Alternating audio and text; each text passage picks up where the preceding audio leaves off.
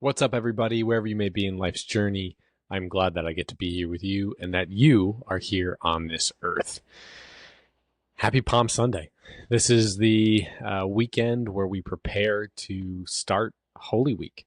And we start Holy Week with the Great Feast, my personal favorite feast day of the entire year, Palm Sunday. I like to refer to myself as essentially an April Fool. Not even essentially, just an April Fool. I think that we all end up being fools for something.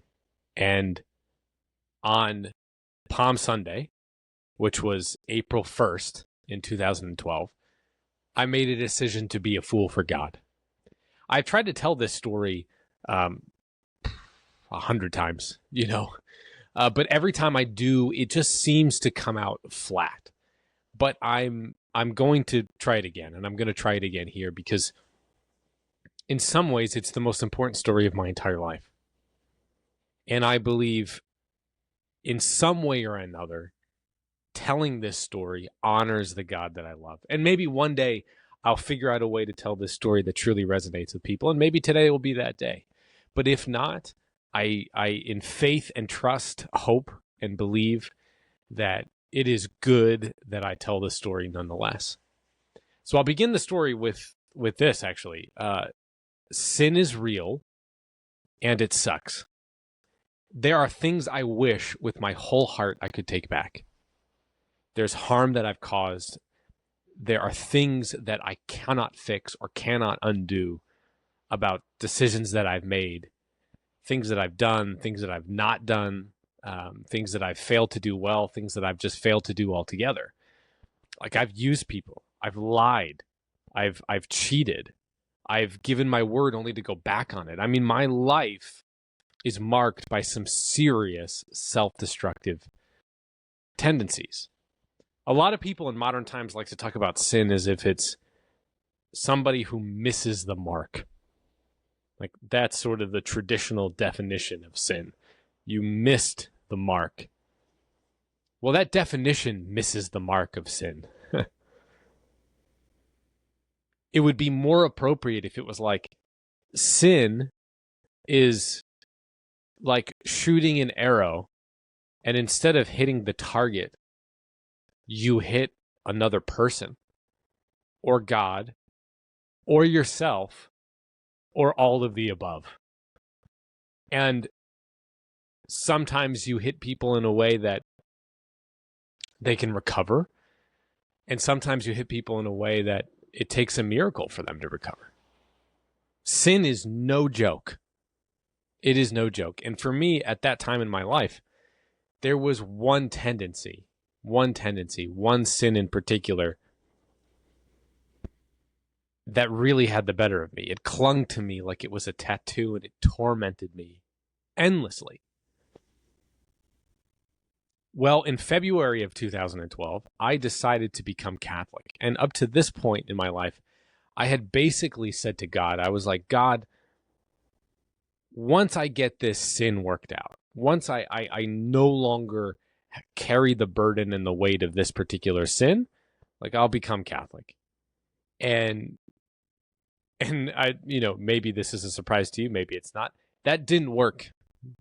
And I decided to try and become Catholic anyway. And so I changed my prayer. I was like, God, I will become Catholic and I'll start walking down this road, but you have to work a miracle in my life and you have to take away this thorn in my side. So I decide in February 2012, I am going to become Catholic, and God's end of the bargain of me following through and becoming Catholic was that he was going to relieve this burden from me. And so I was set to be baptized, receive my first communion, be confirmed at the Easter Vigil on April 7th, 6 days from Palm Sunday. But my yes, as I just described, was conditional. Like I was essentially saying to God, I'll be Catholic as long as I'm worthy of being Catholic. As long as I shed this one awful sin, I'll be Catholic. And there's an ironic part of this. where I would go and I would tell people that I was going to go become Catholic, or even prior to that, that I was going to Catholic Mass 4 or 5 times a week, and that I was trying to be worthy of what it means to be a Catholic. And people would just look at me like I was crazy, like worthy of what it means to be a Catholic. Like nobody looks at Catholics.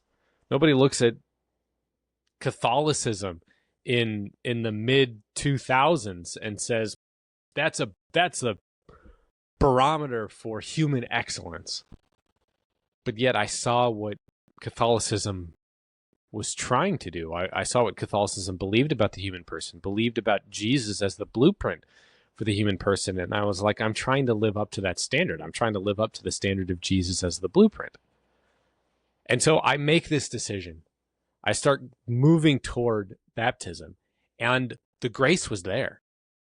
The grace was there. It was as if the weight of the temptation that had followed me around, I felt like everywhere I went for so long, was like off my shoulders, and that everything was good, and that God was holding up his end of the bargain, that it was confirmation with this sin dropping down from my shoulders. It was confirmation that God wanted me to do this thing. But as the story would go, as March 31st turned into April 1st, I spent a sleepless night wrestling with the greatest temptation I have ever faced in my life. And I lost the battle. I chose to do the very thing I had made a deal with God that I wouldn't do and that he wouldn't let me do. So on April 1st, April Fool's Day, as the sun came up over the horizon, I literally got in my car. It was like 5:45 in the morning. And I headed to see the priest who was supposed to baptize me to tell him the news. I wasn't going to come into the church anymore. I didn't hold up my end of the bargain. God didn't hold up his end of the bargain. And I was essentially disqualified, at least in my own mind. I was disqualified from becoming Catholic. And I was going that early in the morning because this particular priest had been inviting me for months to join him on Sunday mornings with 3 young adults on a run. They called it 6 at 6, 6 miles at 6 a.m., and they would do it prior to the 11 o'clock mass. And the priest would talk about his homily, he would talk through his homily, but he would also give space to each of the young adults to share what was going on in their hearts and their minds and their faith journeys. And so like I have it in my mind, like I'll go on the run. I was going to go on a run anyway. Like I'll go on the run, and then at the end of it, because I arrived right at 6 a.m., there was no space for me privately to talk with the priest and let him know what was going on and the decision I'd made. So I'm like, okay, I'll go on this run, and then I'll get him one-on-one after the run. And then something happened over the course of that run. And this is the part of the story that doesn't necessarily seem to land with people. It's like what happened is really hard to explain because of how ordinary it was. There's this quote that's attributed to Gandhi that goes something like this: I like your Christ, I do not like your Christians. Your Christians are so unlike your Christ. Another version of the quote has Gandhi saying something along the lines of, if I had met a Christian, I would have become one. Or I would have become a Christian if I'd ever met one. So what happened to me? Like what changed my mind? What happened over the course of that run? Well, I guess I got luckier than Gandhi. I met some real Christians. I showed up at 6 a.m., went on a run with this priest and the 3 young adults, and my life has never been the same since. I went on this run and I asked them, just about them. I didn't really want to talk about me. I was in a dark place. And so I was just like, tell me your story. And they each told this story of suffering and failure and personal redemption. And they were totally imperfect people, but they were so genuinely and earnestly peaceful and joyful on the other side, not necessarily of becoming perfect people, but on the other side of having accepted that God really was who he said he was. and all loving, all forgiving, all merciful God. And as I was